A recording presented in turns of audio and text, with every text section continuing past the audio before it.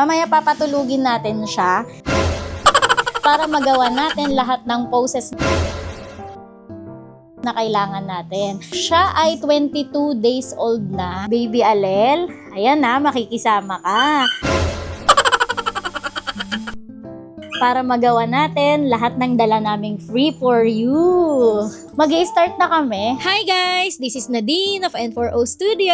Another day, another newborn photoshoot again. This time, home service ulit tayo here in Silang, Cavite. For our first set, we went for a plain set with shades of green and a soft fairy-inspired theme. Less props, less distraction, which means mas nakafocus tayo on baby's tiny little details. Pag mabait ang baby, susubukan natin gawin ang froggy pose. Hindi lahat ng babies nakikisama sa froggy pose. Kapag mabait and cooperative ang baby, saka lang namin siya tinatry gawin. Mukha man siyang simple kapag nakita nyo sa final photo, pero behind the scenes, sobrang daming patience, careful positioning, and settlement muna bago namin siya ma-achieve safely. We always make sure na comfortable, relax, and settled muna si baby before attempting this pose kagaya ng nakikita nyo dito sa video. And for safety purposes, this is all done with proper support and guidance during the shoot.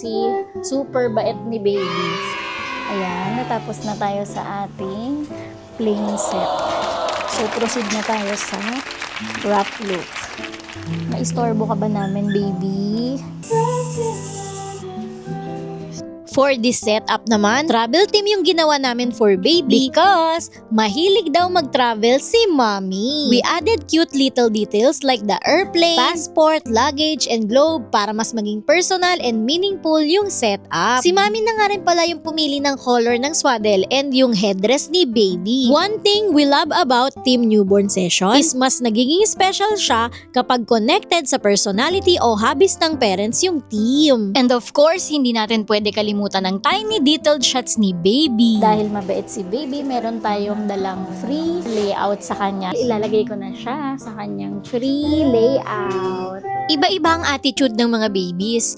May sleepy, may super alert, may iyak ng iyak, at meron ding sobrang cooperative kagaya na lang ni Baby Alel. As a newborn photographer and baby handler, part na ng work namin kung paano isut si baby, paano gawin calm yung environment niya, at paano sundan yung mood nila nang hindi pinoforce ang poses. And for our last set, Princess team nga yung napili ni mommy. Ayun na nga, as you can see, gising na gising si baby. Medyo nahirapan kaming isettle at ibalik yung tulog ni baby dahil sobrang haba na nga ng tulog niya kanina. Pero, part talaga to ng newborn photography. Kaya kahit gising siya, tinuloy pa rin namin yung photoshoot as long as calm and hindi umiiyak si baby.